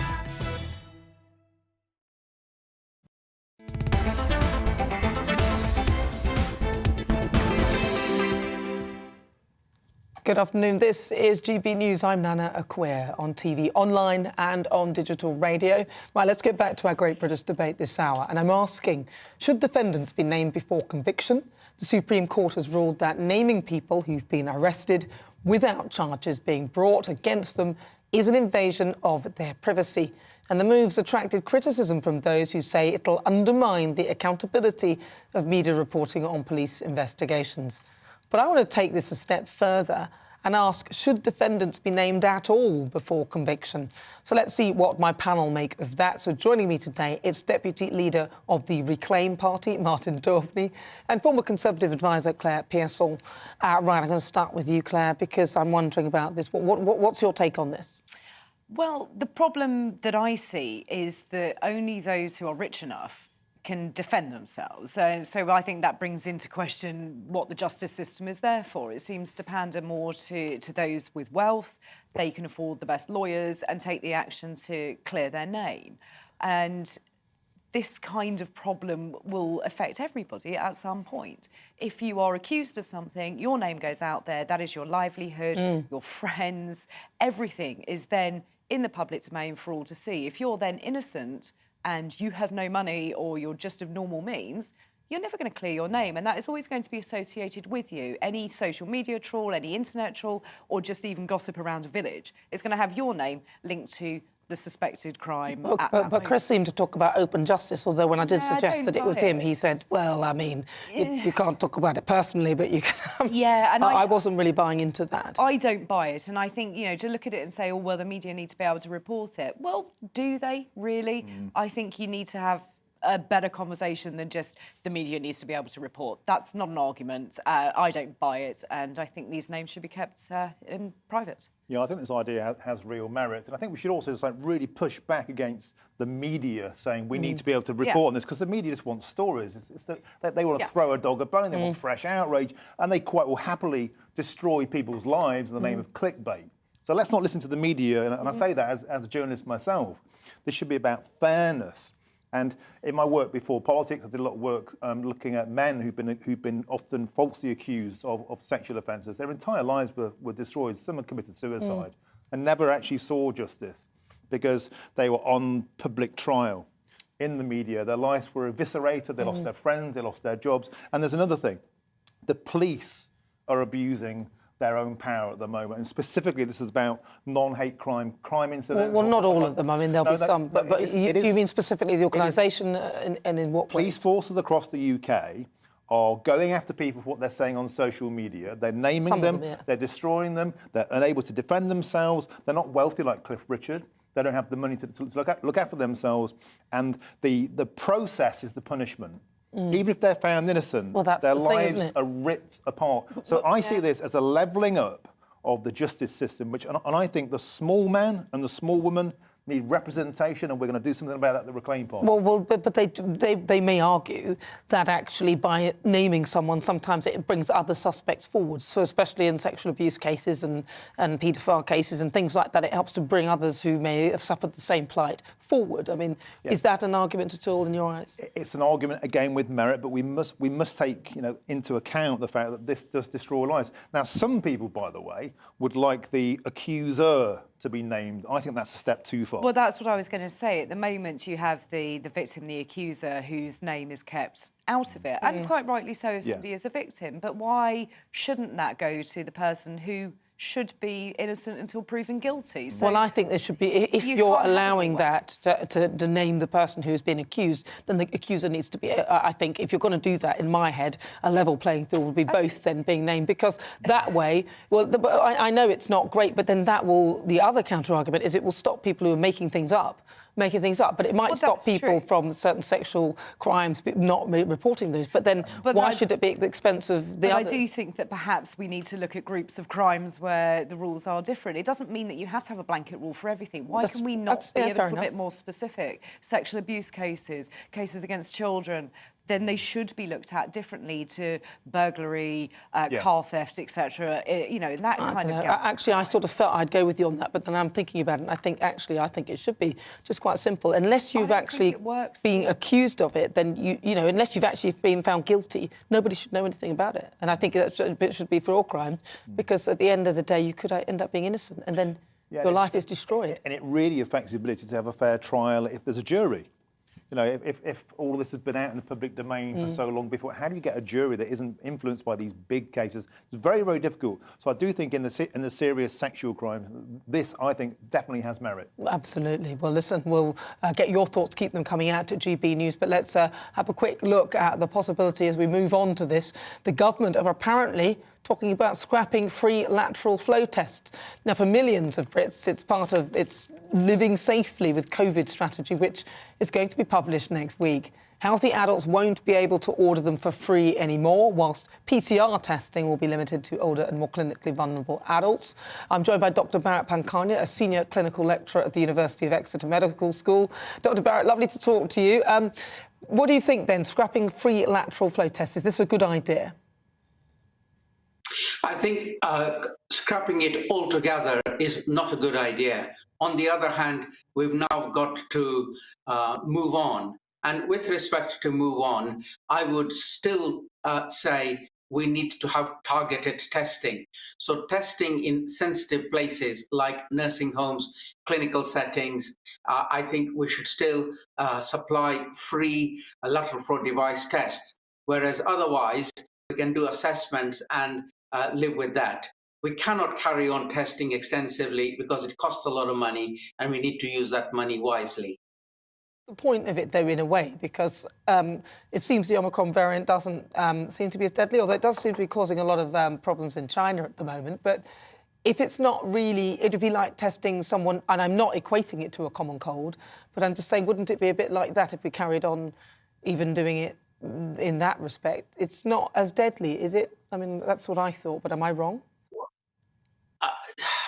No, let me put it another way. One of the reasons why in the United Kingdom we don't have a higher number of deaths following their becoming a case is the majority of the UK population, especially the vulnerable population, are not only immunized, but immunized and boosted.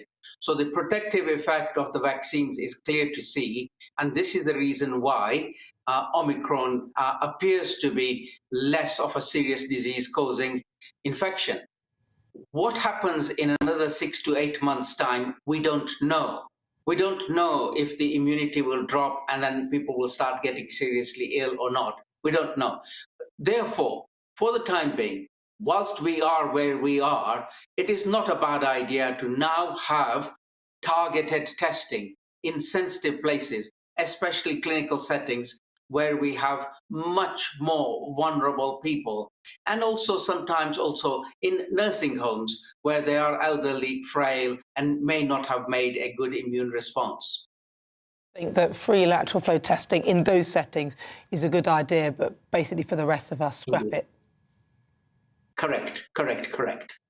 Well, listen, Dr. Pankania, thank you so much for joining me. Lovely to talk to you. Thank you for your thoughts. He's the Senior Clinical Lecturer at the University of Exeter Medical School. This is GB News. If you've just tuned in, where have you been? It's been a huge day today. There's loads of disruption across the UK today. Winds up to 100 miles per hour. Storm Eunice battering us all. Forecasters saying it could be one of the worst storms to hit us in 30 years. And the Met Office have been forced to issue a rare red weather warning, which means that there's a danger to life from flying debris caused by the strong winds. There's been travel disruption and power cuts across the UK too. And at GB News, we're bringing you the latest from all parts of the nation, and we've got our regional reporters here to talk about how the storms are affecting their area. So joining me is the GB News East of England reporter Amelia Harper. She's in Southend-on-Sea. Amelia, are things coming down at all this afternoon? Well, I'd say the wind definitely is dropping a little bit, but with that comes the temperatures dropping. There's been a definite decrease and a serious wind chill factor. I'm sheltered just behind a building, actually, but in the last hour, it was certainly a lot more blustery and exposed here. I think it's worth saying that I think the South End-on-Sea has been quite lucky in that many coastal areas across the east of England could have seen today's storm a lot worse, because luckily it didn't coincide with high tides and we didn't see those storm surges that could have caused a lot more devastation. But that said, in Hertfordshire we had 300 calls to the county council and also to the fire service regarding fallen trees. Places in Suffolk, they declared a major incident. The county council declared that major incident. They were meeting various agencies across the county every 2 hours to discuss what was going on. Elsewhere, we had South Central Ambulance Service about 3 hours ago. They declared a critical incident because of the pressures from the storm and also existing pressures on the ambulance service prior to today. And we've actually just heard in the last few minutes, Southend-on-Sea Council have said that winds here got up to 90 miles an hour earlier today. It's definitely less than that now, which is lucky, I think, for people here. Certainly that amber warning is going to continue until 9 o'clock. It was downgraded from that unusual, serious red alert that we saw earlier. I might do one on... Well, Amelia, thank you very much for that. That's Amelia Harper out there in Southend-on-Sea. On today's show, we've been asking, would you do the job of an MP? And according to our Twitter poll, 36% of you said yes. I was expecting it to be more than that. A lot of you, thank you so much to my panel. Research reveals that just 1 in 5 people, yes, apparently. So what do you think then? What are your thoughts? The weather, good or bad? Has it affected you in any way whatsoever? A couple of weedy bins went down. I saw one. I know we shouldn't make light of it. You know, one guy has been killed. Yeah. But really, I think that the reporters there want the weather to be worse, don't they? They want to be hanging on to a tree. But I think everybody does. It's a very British thing to want the weather to be worse and a bit more interesting. Yeah. We're not very good with sort of very dull weather that we normally have. Yeah. We've had a lot of trees down where I live, but thankfully everyone is OK, and I think that's all we can hope. And I'll make up my own quick-fire quiz very quickly. Shall we scrap lateral flow testing, free lateral flow testing, Martin? They're not free. We spent £7 billion on them. Yes, stop them now. No, like that. No, what, you don't think so? No, I don't. I've just recovered from COVID, and it was interesting to see quite how long I was in sort of that mode with the virus for, which was 7 days, that I could have been spreading it around to all sorts of different people. So, yeah. And was it a lateral flow test that caught it? Yes, it was. OK, fair enough. Well, we should have had that as our debate because you disagreed. Which is what I suggested again. Well, I've got to say thank you so much to my superstar panel, Deputy Leader of the Reclaim Party, Martin Daubeny, and also former Conservative advisor, Claire Pearsall, for joining me today. And as ever, thank you to you at home for watching. I'll be back tomorrow at 4. I'll leave you with more weather. Hello again, I'm Aidan McGivern. Storm Eunice is battering the UK as we speak, with dangerous and damaging winds for the southern half of the country in particular. The winds do ease later, but take some time to come through overnight. This is the position of Eunice through the rest of the day, moving into the North Sea with the tightest isobars on the southern flank of Eunice and moving into southeastern parts. So it's the southeast where there is a red warning until mid-afternoon. That's where the most dangerous